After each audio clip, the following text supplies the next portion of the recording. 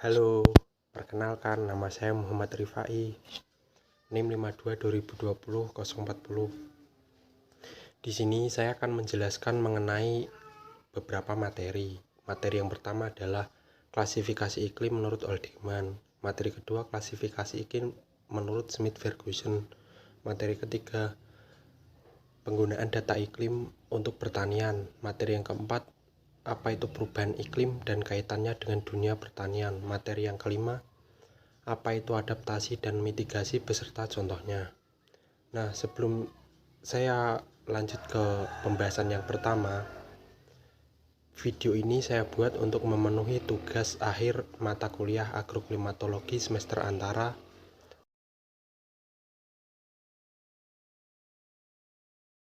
Pertama, klasifikasi iklim menurut Oldeman. Nah, pada klasifikasi iklim menurut Oldeman ini digunakan untuk menentukan sistem pertanaman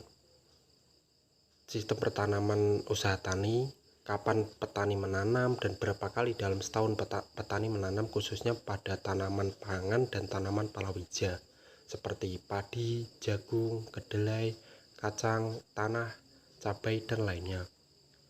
Oldeman mengklasifikasikan iklim di Indonesia dengan basis data curah hujan. Data curah hujan ini dikumpulkan dan di rata-rata per bulannya. Ini data yang dikumpulkan ini untuk saat ini itu minimal 10 tahun. Karena apa? Karena hasil yang nantinya didapat dari semua data curah hujan 10 tahun ini lebih valid. Nah, setelah di rata-rata semua bulannya, itu nanti bulannya digolongkan ke bulan basah atau bulan kering. Nah, untuk Oldeman sendiri, untuk klasifikasi bulan basah maupun bulan kering, itu bulan basah itu lebih dari 200 mm curah hujannya per bulan. Nah, untuk bulan kering sendiri ini curah hujannya itu kurang dari 100 mm per bulan. Nah, setelah didapat rata-rata dari bulan curah hujannya itu digolongkan bulan basah dan bulan kering, ini lanjut dicari pada segitiga Oldeman. Nah, pada gambar di sini segitiga Oldeman. Nah, nanti dicari. Nah, itu digolongkan menjadi 5 tipe. Ada tipe A, B, C, D, dan E. Untuk penjabarannya sendiri, untuk A1 dan A2 itu padi secara terus-menerus, tetapi produksinya kurang. Karena apa? Karena pada umumnya kerapatan fluk radiasi mataharinya rendah. Nah, untuk B1 ini sesuai untuk padi terus-menerus dengan perencanaan musim tanam yang baik. Jika panen pada musim kemarau, maka produksinya akan meningkat. Nah, untuk kode B2 ini bisa diartikan tanaman padi dapat ditanam 2 kali dalam setahun dengan varietas umur yang pendek, dan musim kering yang pendek cukup untuk tanaman palawija. C1 ini tanaman padi dapat ditanam sekali, sedangkan tanaman palawija dapat ditanam 2 kali dalam setahun. C2, C3, dan C4 dalam setahun dapat menanam 1 kali padi dan 2 kali palawija. Tetapi tanam kedua harus berhati-hati, jangan jatuh pada bulan kering agar tidak mengalami gagal panen.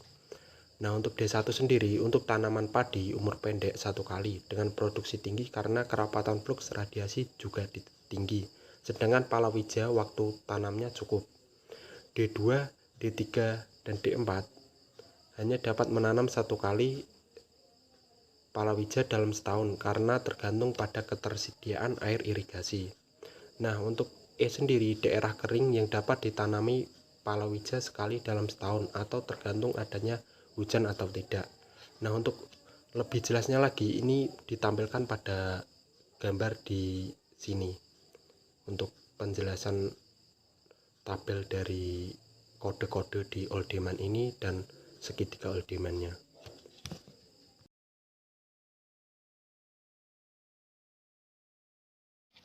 Nah, pada kedua kali ini saya akan menjelaskan klasifikasi iklim menurut Smith-Ferguson.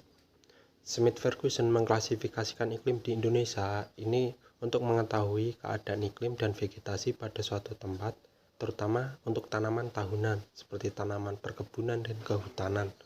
Contohnya ya kopi, sawit, karet, tebu, kakao, kelapa, dan lain-lainnya. Nah, Smith Ferguson ini mengklasifikasikan iklim berdasarkan data curah hujan bulanan. Nah, data curah hujan ini dikumpulkan selama bertahun-tahun. Untuk saat ini, minimal data curah hujan tersebut ya minimal 10 tahun lah. 10 tahun kita kumpulkan data curah hujan, setelah itu kita buat rata-rata data curah hujan bulanannya. Nah, kenapa 10 tahun? Karena apa? Karena kan sekarang ini perubahan cuacanya sangat ekstrem sekali nih. Nah, dengan menggunakan data curah hujan 10 tahun itu diharapkan hasil perhitungannya nanti lebih valid. Nah, setelah kita rata-rata semua data curah hujan 10 tahun yang telah kita kumpulkan, itu kita klasifikasikan bulan tersebut itu termasuk bulan basah atau bulan kering. Nah, untuk bulan basah sendiri pada Smith Ferguson ini itu agak berbeda dengan klasifikasi Oldeman. Nah, pada Smith Ferguson ini bulan basah itu dikatakan bila itu curah hujannya lebih dari 100 mm per bulan. Nah, beda kan dengan klasifikasi Oldeman. Kalau Oldeman kan lebih dari 200 mm per bulan. Nah, untuk bulan keringnya sendiri untuk Smith Ferguson ini ketika curah hujan kurang dari 60 mm per bulan itu dikategorikan dalam bulan kering. Nah, setelah diketahui rata-ratanya, kita kelompokkan menjadi bulan basah dan bulan kering, kita hitung. Nah, pada klasifikasi Smith Ferguson ini dilambangkan dalam notasi Ki persen. Ki persen sendiri rumusnya adalah rata Ki persen sama dengan rata-rata bulan basah dibagi rata-rata bulan kering dikali 100%. Misal kita sudah menemukan data. Nah, sudah ditemukan bahwa rata-rata bulan basahnya itu 6 dan rata-rata bulan keringnya itu 5. Berarti kan rumusnya kalau kita mencari menggunakan klasifikasi Smith Ferguson adalah Ki persen sama dengan 6/5 dikali 100. Nah, hasilnya di sini 120%. Nah, setelah itu kita cari di segitiga Smith Ferguson. Nah, segitiga Smith Ferguson ini menghasilkan 8 tipe iklim yang dikonotasikan dalam abjad A, B, C, D, E, F, G, dan H. Nah, benar 8 kan? Nah, kita jabarkan satu persatu dari kode-kode abjad ini. Nah, pada tipe A ini memiliki nilai kurang dari 14,3%. Ini memiliki daerah yang sangat basah. Hutan hujan tropika, termasuk hutan hujan tropika ini memiliki ya vegetasi yang beragam ya. Hutan hujan tropika memiliki flora dan fauna yang sangat banyak sekali. Nah, pada tipe B ini 14,3 sampai 33,3%. Nah, ini juga daerah yang agak basah, termasuk daerah yang basah hutan hujan tropika. Tanamannya ya banyak seperti hutan hujan tropis. Berarti tanaman-tanaman berkayu yang besar-besar itu dan banyak sekali ditemukan flora dan fauna di dalamnya. Nah, pada tipe C ini memiliki nilai 33,3 sampai 60%. Ini daerah yang agak basah, termasuk hutan rimba dan gugur pada musim kemarau. Nah, ini hutan jati ini salah satunya di sini pada tipe C. Karena apa? Karena hutan jati itu menggugurkan daunnya saat musim kemarau. Nah, pada tipe D ini memiliki rata-rata 60 sampai 100%. Ini daerah yang agak sedang. Ini termasuk hutan musiman. Hutan musiman, ya.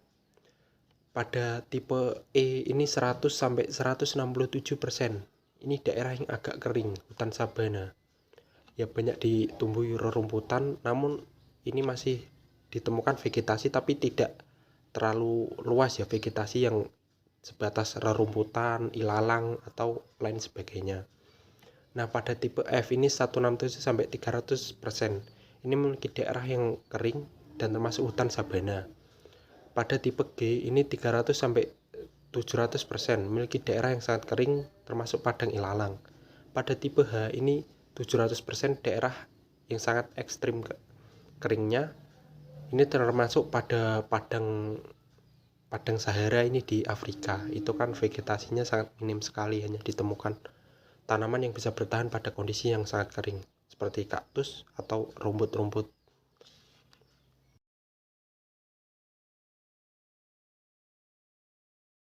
Ya, pada materi 3 kali ini saya akan menjelaskan mengenai penggunaan data iklim untuk pertanian.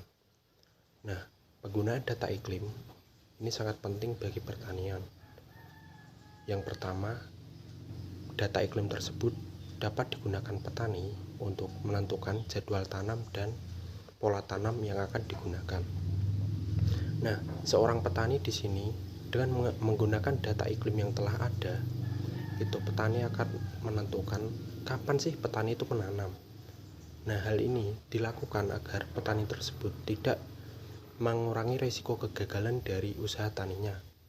Nah, misalkan begini, kalau petani menanam pada iklim yang kering, maka usaha taninya akan kekurangan air. Nah, dengan menggunakan data iklim ini, petani akan mengetahui, nah bulan apa itu akan mengalami kekeringan. Nah, jadi petani akan menanam sebelum bulan tersebut. Jadi usaha taninya itu akan bisa berkembang dan bisa menghasilkan produktivitas yang lebih baik. Selain itu, penggunaan data iklim juga digunakan petani untuk menentukan pola tanam yang akan petani gunakan.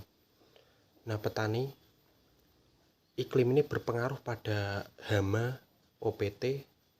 Nah, pada iklim tertentu itu dapat menyebabkan perkembangbiakan OPT itu menjadi lebih cepat. Nah, di sini ini akan mempengaruhi petani menggunakan pola tanam seperti apa sih? Nah, ini digunakan untuk mengurangi risiko dari gangguan OPT atau hama yang menyerang usaha tani tersebut. Nah, selain itu, penggunaan data iklim yang kedua itu bisa digunakan untuk menganalisis erosi tanah. Nah, hal ini penting karena apa? Karena erosi tanah, terlebih dahulu saya akan menjelaskan definisi erosi. Erosi adalah pengikisan tanah yang diakibatkan oleh air hujan. Nah, hal ini akan mengganggu usaha tani jika tanah yang terkikis oleh air hujan tersebut adalah tanah yang subur. Maka tanah yang subur tersebut yang seharusnya digunakan pada usaha tani untuk memberikan nutrisi pada tanaman atau komoditas yang ditanam, itu akan menghilang atau hanyut terbawa air hujan.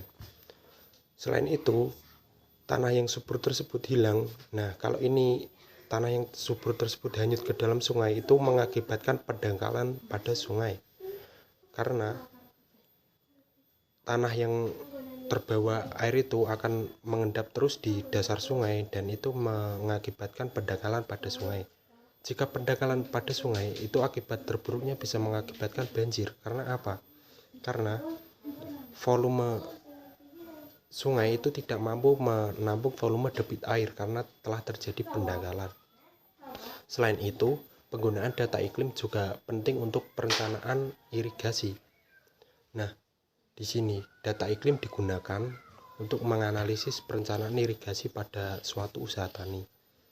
Usaha tani akan menggunakan data iklim untuk merencanakan irigasi pada suatu daerah di usaha pertanian. Hal ini bertujuan untuk pada saat musim kering ini bisa dilakukan masa tanam dengan menggunakan irigasi yang telah dipersiapkan dari penggunaan data iklim tersebut. Nah, yang keempat, penggunaan data iklim ini bisa digunakan untuk mengevaluasi kesesuaian lahan. Nah, lahan di sini kan berbeda-beda. Misal nih, lahan pada daerah A, lahan pada daerah B, dan lahan pada daerah C. Lahan pada daerah A mungkin cocok untuk ditanami padi. Nah, lahan pada daerah B ini kurang cocok ditanami padi, namun sangat cocok ditanami jagung. Nah, dan lahan pada daerah C ini tidak cocok ditanami padi dan jagung, namun cocok ditanami kedelai. Nah, dengan penggunaan data iklim, ini bisa menganalisis kesesuaian lahan. Nah, lahan pada daerah tersebut ini sesuai untuk komoditas apa sih? Sesuai untuk tanaman, untuk menanam tanaman apa sih? Nah, dengan menggunakan data iklim di sini bisa menganalisis kesesuaian lahan. komoditas apa sih yang bisa ditanam pada daerah ini.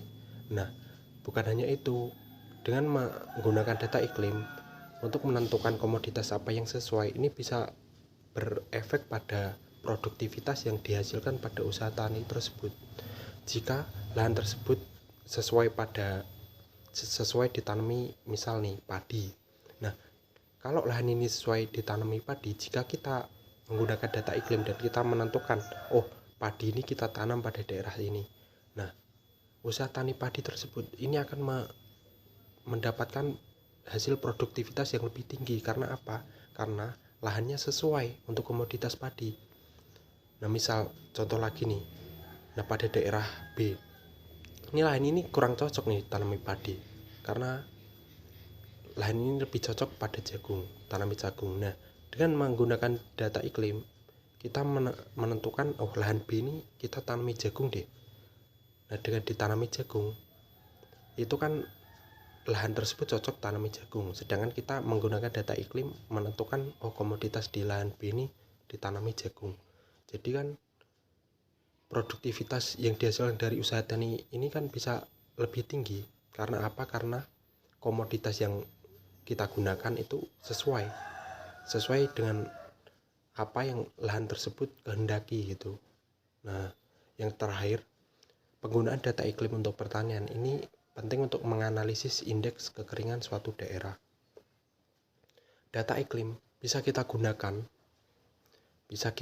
untuk menganalisis indeks kekeringan suatu daerah.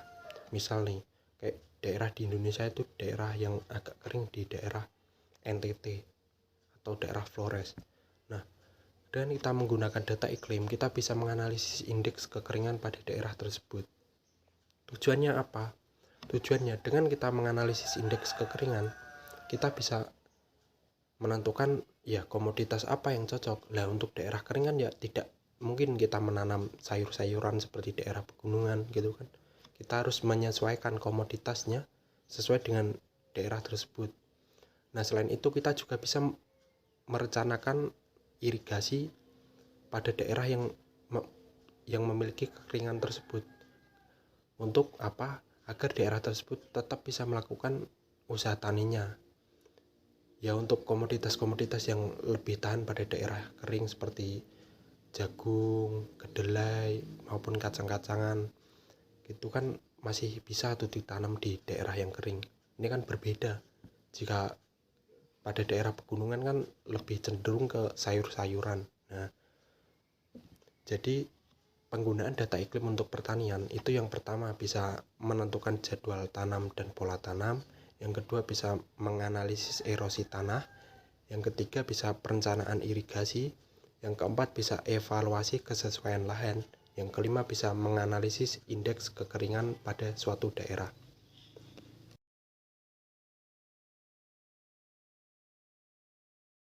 Nah, yang keempat saya akan membahas mengenai apa itu perubahan iklim dan kaitannya dengan dunia pertanian.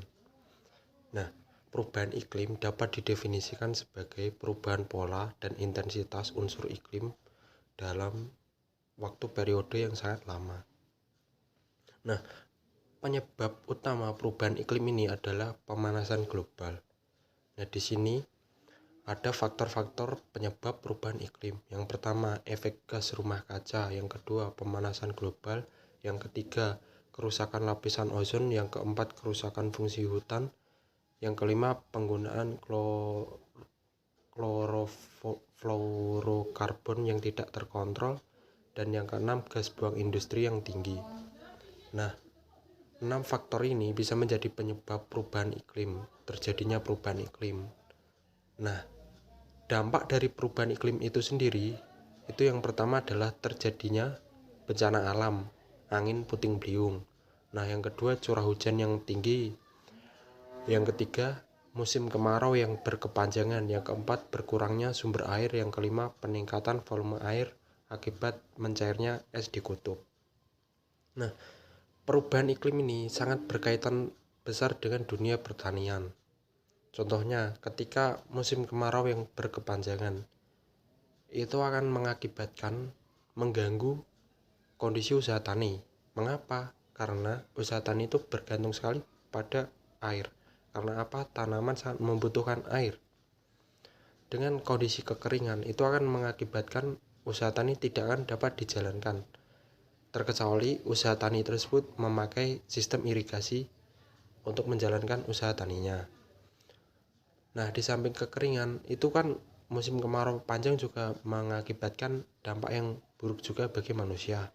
Karena apa? Karena manusia itu membutuhkan air setiap harinya, entah itu untuk minum, entah itu untuk mandi, entah itu untuk kebutuhan lainnya. Itu manusia, terutama minum, manusia sangat membutuhkan minum. Nah, dengan adanya kemarau yang berkepanjangan itu akan mengganggu kehidupan manusia juga.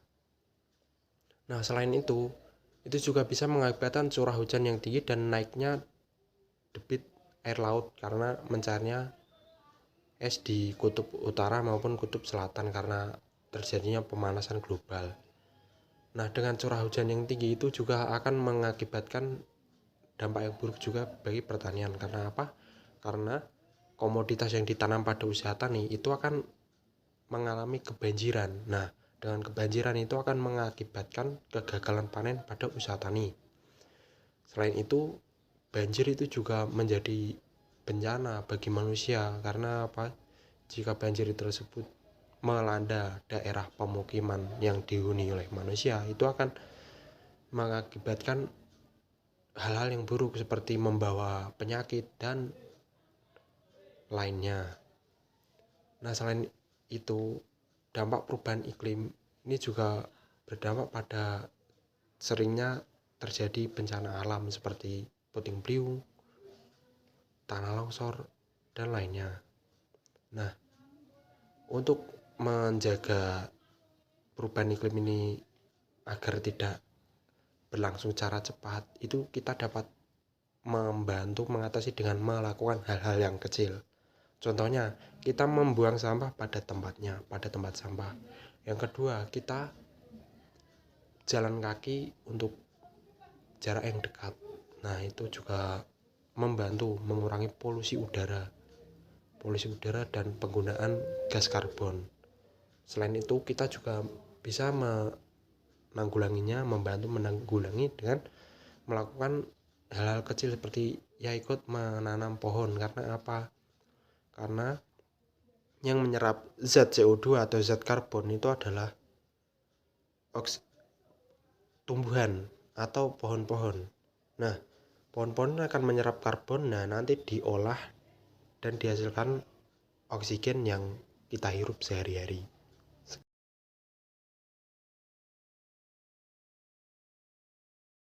Nah, selanjutnya pada materi kelima, saya akan membahas adaptasi dan mitigasi serta contohnya dalam dunia pertanian. Nah, sebelum masuk ke dalam contoh, terlebih dahulu saya akan mengupas apa itu definisi dari adaptasi. Nah, adaptasi sendiri ini bisa diartikan itu sebagai menyesuaikan. Oh, menyesuaikan. Kira-kira apa yang disesuaikan? Nah, dalam dunia pertanian itu kan banyak sekali ancaman yang akan datang, bahaya yang akan datang. Nah, di sini kita akan menyesuaikan dengan ancaman yang datang, lalu kita sesuaikan dengan kondisi kita. Nah, model adaptasi itu berbeda-beda di setiap tempatnya. Itu dapat dipengaruhi kondisi agroekologinya dan sosial ekonominya. Nah, contohnya itu gini. Pada pegunungan itu memiliki lahan yang sangat tinggi dan berlereng. Itu berbeda dengan kondisi di pantai yang rawan pasang surutnya air laut. Nah, pada kondisi itu agroekologinya kan berbeda. Di gunung itu tanahnya lebih subur dan berlereng-lereng, sedangkan di pantai itu tanahnya itu rawan sekali terkena abrasi atau pengikisan air oleh air laut. Nah, untuk sosial ekonominya sendiri, di gunung kan banyak sekali nih yang berprofesi sebagai petani. Nah, sedangkan pada pantai itu kebanyakan kan penduduknya itu berprofesi sebagai nelayan. Nah, secara agroekologi dan sosial ekonominya saja berbeda setiap tempatnya. Nah, selain itu, beberapa adaptasi pada dunia pertanian ini contohnya banyak sekali ditemukan loh. Nah, yang pertama itu mengganti varietas atau komoditas. Ini contohnya ketika suhu mengalami peningkatan. Nah, kita mula-mula itu menanam tanaman stroberi. Nah, mau nggak mau kan kita harus menyesuaikan, kita harus beradaptasi. Oh, suhunya meningkat. Kalau kita menanam stroberi, kita tidak ganti dengan komoditas lainnya. Ini kan beresiko kita gagal panen. Karena apa? Karena stroberi ini tidak cocok pada suhu yang tinggi. Nah, kita harus mengganti dengan komoditas yang sesuai dengan suhu tersebut. Nah, yang kedua adalah pengelolaan waktu dan jumlah air irigasi. Nah, ketika cuaca pada saat musim hujan itu kan banyak sekali curah hujannya itu lebih tinggi dibanding musim kemarau. Nah, kita harus beradaptasi nih agar musim kemarau kita masih bisa menanam. Itu dengan kita menampung pada saat musim hujan, kita membuat tampungan air pada sumur-sumur kecil. Nah, nanti akan digunakan pada musim kemarau. Itu untuk mengirigasi usaha tani kita agar kita masih dapat menanam pada musim kemarau. Nah, yang ketiga, penggunaan informasi cuaca dan iklim untuk mengurangi resiko gagal produksi. Nah, kita harus beradaptasi. Kita menggunakan informasi iklim dan cuaca untuk mengurangi resiko gagal produksi. Nah, yang keempat itu pengaliran dan penggunaan air yang lebih efektif saat curah hujan rendah. Nah, saat musim kemarau kan kita harus efektif dalam menggunakan air untuk irigasi agar apa? Agar air kita ini dapat mencukupi semua kebutuhan dari tanaman atau komoditas yang kita tanam sampai menghasilkan atau sampai panen. Nah, yang selanjutnya itu pengelolaan waterlogging, erosi, dan pencucian hara saat curah hujan tinggi. Nah, saat curah hujan ini perlu diatur agar erosi ini dapat diminimalisir supaya erosi ini tidak mengakibatkan tanah yang subur ini hilang dari lahan usaha tani kita. Nah, selanjutnya itu integrasi tanaman dan ternak. Nah, kita bisa mengintegrasikan tanaman usaha tani kita dengan ternak. Misal nih, kita bisa menanam padi. Nah, di sela-sela padinya itu kan pada musim hujan kan itu masih banyak air yang menggenang tuh. Nah, kita bisa memelihara ikan. Misal nih ikan mujair, ikan emas, atau ikan lainnya. Lah itu kan nanti kita kan saat memanen itu kita bisa menghasilkan dua hasil. Ya, pertama hasil dari komoditas pertanian kita. Nah, yang kedua itu adalah hasil dari peternakan kita. Kita memelihara gurame atau ikan mas tadi. Nah, selanjutnya itu adaptasinya adalah pengelolaan OPT terpadu. Nah, dengan pengelolaan OPT terpadu ini kan diharapkan usaha tani kita itu dapat meminimalisir serangan dari OPT yang dapat merugikan tanaman dalam usaha tani kita. Nah, mitigasi dan contohnya, sebelumnya saya akan menjelaskan terlebih dahulu apa itu mitigasi. Nah, mitigasi adalah upaya untuk mengurangi dampak kerusakan lingkungan. Sebab kita semua tahu dampak lingkungan merupakan suatu hal yang tidak dapat kita hindari dan merupakan bagian dari gejala alam. Jika tidak dilakukan mitigasi, maka bisa saja bencana tersebut dapat terjadi. Nah, contoh mitigasi ini diantaranya mitigasi perubahan iklim di pantai. Nah, dengan melestarikan lahan basah, ruang terbuka untuk melindungi masyarakat pesisir dari banjir, abrasi dan badai maupun kenaikan permukaan air laut. Nah, yang kedua merencanakan perencanaan evakuasi bagi daerah dataran rendah ketika terjadi gelombang badai atau banjir. Nah, langkah lainnya juga bisa dengan melestarikan hutan bakau atau hutan mangrove untuk mencegah mitigasi di daerah pantai.